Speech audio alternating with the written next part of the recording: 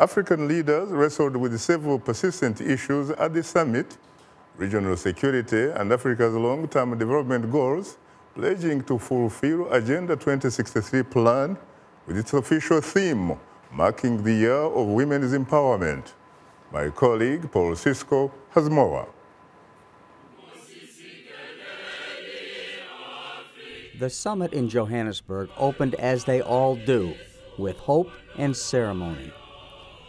South African President Jacob Zuma hosted the event.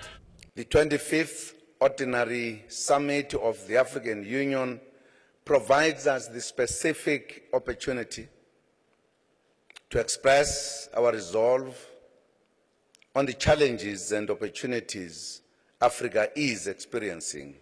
The official theme at the gathering of African leaders was the Year of Women's Empowerment and Development. Angelina Jolie was speaking in her capacity as Special Envoy to the UN High Commissioner for Refugees.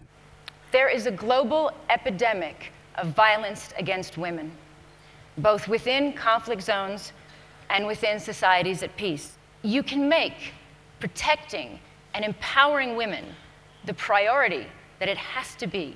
Noted attendees at the summit included the Republic of Congo's President, Denis Sassou Nguesso, Nigeria's newly elected President Muhammadu Buhari, and provoking international concern and controversy, Sudan's President Omar Al-Bashir. Bashir is wanted by the International Criminal Court for crimes against humanity in Darfur.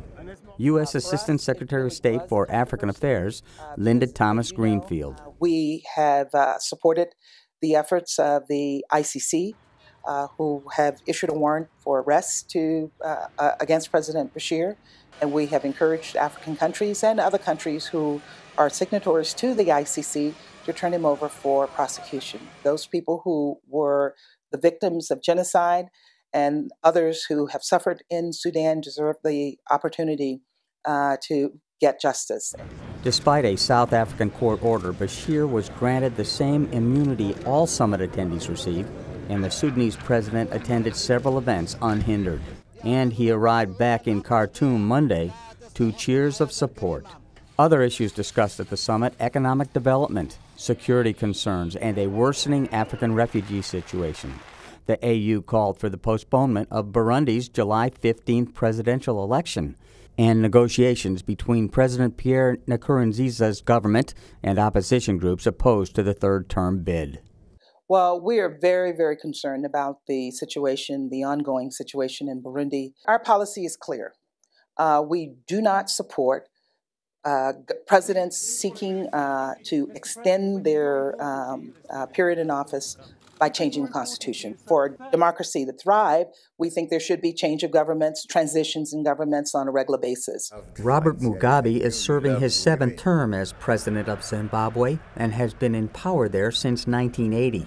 And as this year's chairman of the African Union, he closed the summit, pledging the AU will defeat militant extremists by confronting terrorists collectively and pressing for dialogue to resolve intrastate conflicts. Paul Ssisco, VOA News.